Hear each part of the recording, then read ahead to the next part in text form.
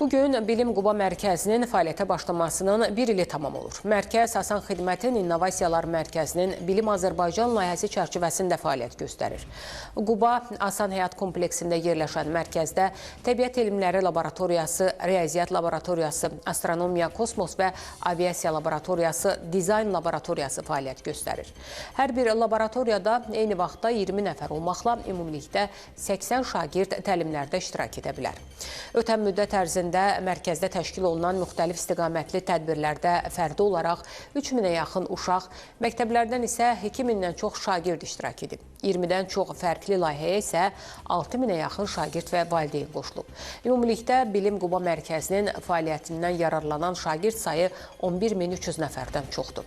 Burada gələcəyin tələbələrinə uyğun layihə əsaslı və problem yönümlü təhsil yanaşmasını tətbiq edən Deneyap texnologiya proqramı da həyata keçirilir.